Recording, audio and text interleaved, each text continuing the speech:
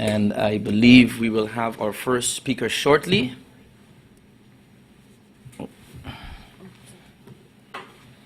So once again, the allotted speaking time is 20 minutes in the first round, 10 minutes in the second round, and we will have first MP Christophe Emmanuel. MP Christophe Emmanuel, you have the floor.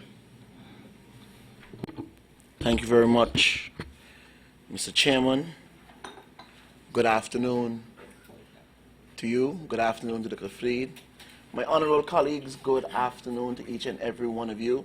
The Honorable Prime Minister and her support staff, good afternoon. And for some reason, I'm always smiling and happy when I see Plantain sitting next and back in that position, you know. So I say good afternoon to the good gentleman as well. Mr. Chairman, I am happy that this meeting was requested.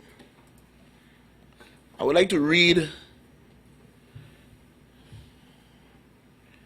and I pull it up, democracy, Mr. Chairman. Democracy is a system of government where citizens exercise power by voting. In a direct democracy, the citizens as a whole form a government body and vote directly on each issue. In a representative democracy, the citizens elect representatives from amongst themselves. Okay. These representatives meet the form of a governing body, such as the legislature. In a constitutional democracy, the powers of the majority are exercised within the framework of a representative democracy. But the Constitution limits the majority and protects the minority, usually through the enjoyment by all certain individual rights, freedom of speech, freedom of association, etc., etc. There's a reason why I decided, Mr. Chairman, to start my questioning, my deliberation with what is a democracy. Because, Mr. Chairman, I also downloaded the results of a particular member of parliament back then, but who is not a member of parliament now.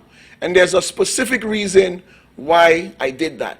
And the results, Mr. Chairman, is from member of parliament back then, MP Theodore Heiliger. It's a reason why I specifically chime in on the results, the amount of votes that the former MP received, not from 2010, but from 2014 until. I don't have to go through the numbers, Mr. Chairman. However, Mr. Chairman, the former member of parliament have surpassed every individual in every election by being the only individual consistently, consecutively, Mr. Chairman, amassing more than 1,000 votes. Very few would reach to 1,000 votes. Most would be up to 900. At one point in time, MP Franz Richardson had 1,000, and a few other members had 1,000. But I'm talking consecutively, consistently, the good gentleman would always amass more than 1,000 votes. Why am I saying this, Mr. Chairman? It is a clear indication or a clear message that people in the democracy voted for this individual. However, what have always been the case, because it have seemed as if it's a secretive club. No one knows the oligarchs. No one knows the individuals. No one knows how it works, where a handful of individuals make a decision on who can and who cannot be for whatever particular reason. Mr. Chairman.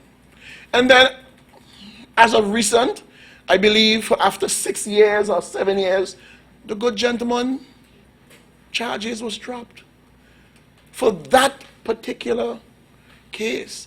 But in that space of time, not one, not two, not three, but a number of elections, he just had to sit out and be left on the side because, again, I would put it in terms that the secret society that makes that determination said, no.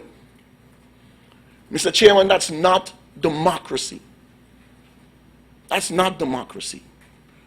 So hence the reason in particular for this meeting, Mr. Chairman. Mr. Chairman, I want to start my questions, and it's a handful of questions, but I'll break it down, seeing that's 48 questions, I'll break it down in 20 and then wait for the answers, and then elaborate a bit more on the questions for the second round. And I know the Honorable Prime Minister also gives some answers already to the questions that I have. Nonetheless, I will just say them either way. My first question, Mr. Chairman, is what is the difference, because the Prime Minister also alluded to it a bit, what is the difference between the appointment of a commissioner and the appointment of a minister as it relates to the Constitution requirements to be screened? Why am I asking that question?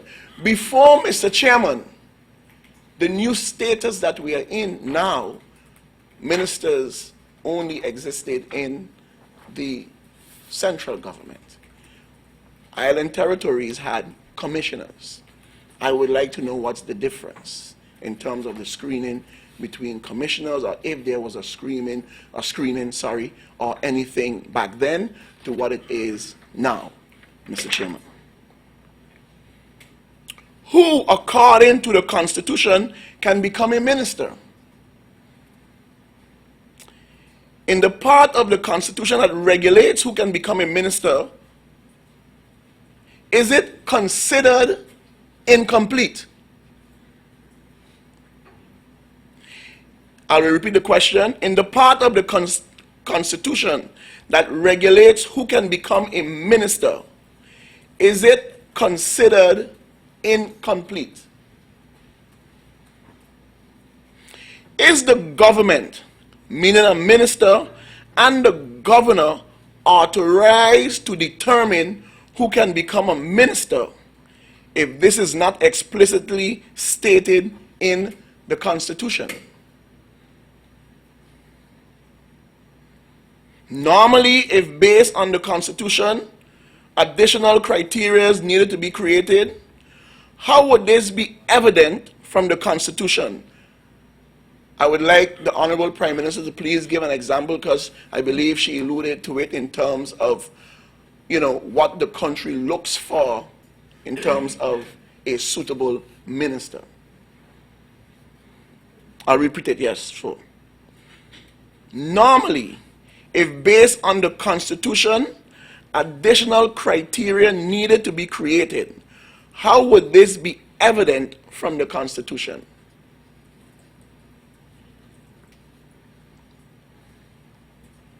Mr. Chairman, I would also like to know through you, where is it indicated in the Constitution that additional criteria can be created to determine who can become a minister? Mr. Chairman, it's a reason why I keep pointing at the Constitution. Why? Mr. Chairman, the Constitution of St. Martin is basically the Magna Carta of our country, is what we subscribe to, is what we look up to, is what governs this country, Mr. Chairman, is what we use as a basis for our policies, for our laws, for our ordinances, for our decrees. Something in the Constitution must give an indication as what can be done, or how it is, or what should be regulated. That's why I'm asking the question and drawing back to the Constitution, Mr. Chairman. Mr. Chairman, I would also like to know what was the motivation to establish the National Appointment Decree of May 22nd, 2013 that is used as the basis for the screening process. I can repeat the question. What was the motivation to establish the National Appointment Decree of May 22nd, 2013 that is used as the basis for the screening process? I would also like to know, Mr. Chairman, who signed the decree? When did this decree go into effect?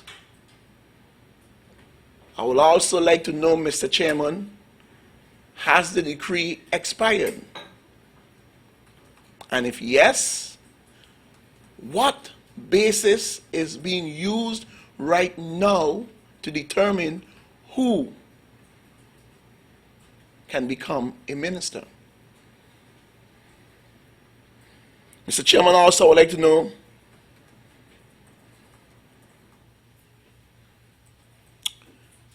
are there persons involved in the execution of screening process, predominantly of St. Martin heritage? For example, I know the acting head of the VDSM is from Suriname. I would like to know, Mr. Chairman, through you, maybe this may be confidential or not, the individuals that conduct, and I put it in sort of a secret society because, you know, it is always wondering who are these individuals. So I would like to know, Mr. Chairman, I would like to know, I want the data, I want the information. Who are these individuals and where are they from? Are they familiar with our culture? Do they know our traditions? How long have they been to this country? How were they appointed? Who qualified them to determine or gather information on members that was elected with 6 and 7 and 8 and 1,000 votes, but yet you got 3 people making a decision? I would like to know, Mr. Chairman, who screened those individuals that are doing the screening to determine who can be screened to be a minister. I would like to know the data on that, Mr. Chairman. I would also like to know, Mr. Chairman, what role does the formateur and the governor have in determining who can become a minister once the screening report is submitted? Also, in relation to that question, I would like to know who makes the final decision on who can become a minister. Is it one individual? Is it 2 individuals? Is it a group? Is it a body? Is it voting? How is it done? Who has the final say? Because I have learned, Mr. Chairman, it always comes down to one person. I would like to know who is that one person, Mr. Chairman. Mr. Chairman, does the report indicate definitely whether someone should become a minister or not? And if it is yes, it goes back to the question I asked the first time. Who makes that decision, yes? And if it's no, who makes that decision that it's no? Mr. Chairman, I believe the Honorable Prime Minister gave a few examples of the criteria, but I would ask the question again. What is the criteria to determine if someone can become a minister? Also, Mr. Chairman, I would like to know those criteria are based on what? The policy, the decree, a qualification, a resume. What are these criteria based on? And another question in relation to that, where in the Constitution can you find these criteria?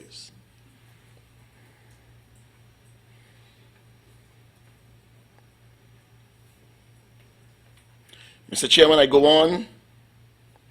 If it's decided that someone cannot become a minister, how is that person informed? I would like to know, Mr. Chairman. Is Parliament informed in writing if it is decided that someone cannot become a minister? I would also like to know, given the highest legislative branch of government, where the people, the representative, I was elected.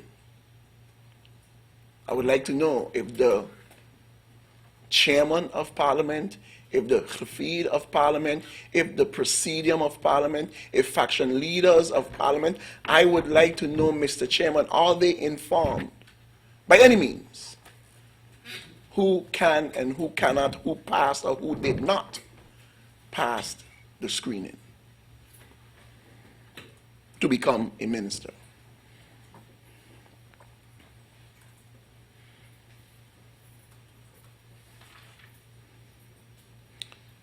I would also like to know, Mr. Chairman, what role does Parliament play in the ultimate decision whether someone can become a minister, given the democratic role of Parliament as representatives of the people?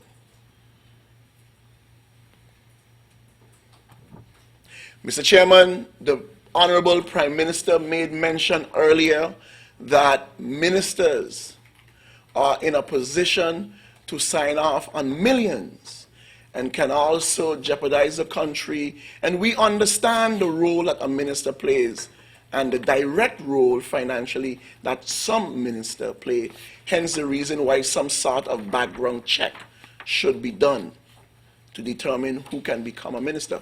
But I would like to ask this question also, Mr. Chairman. Was the director of the NRBP, who also is in a position of millions, went through a screening process? I would like to know. I would like to know, Mr. Chairman, at present, all SGs, have they gone through a screening process?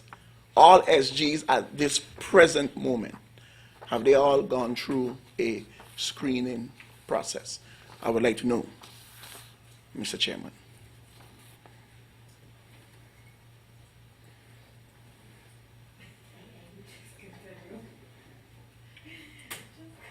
Mr. Chairman, I would also like to know, what are the objection possibilities for a candidate minister if it is decided that they cannot become a minister? Repeat. What are the objection possibilities for a candidate minister if it is decided that they cannot become a minister? So is there a body that they can submit objections to? Can they take it to court? Can they hire a lawyer? Can they fill out a qualification form? What objections possibilities are there? Mr. Chairman, I would also like to know, is the appointment of a minister subjected to some form of higher supervision? In other words, does the governor on behalf of the kingdom government decide for St. Martin who can become a minister, and by what extension who will be govern our country, or who will govern our country? And any answer that derives from this question, Mr. Chairman, I would like to know where in our Constitution states such. Any answer. Where in our Constitution states such. I was just given the finger 1 minute in the nick of time. Thank you very much, Mr. Chairman. I would end it off right there. Well, not giving a finger, but you. Thank you, MP Emmanuel. Next on the speaker's list.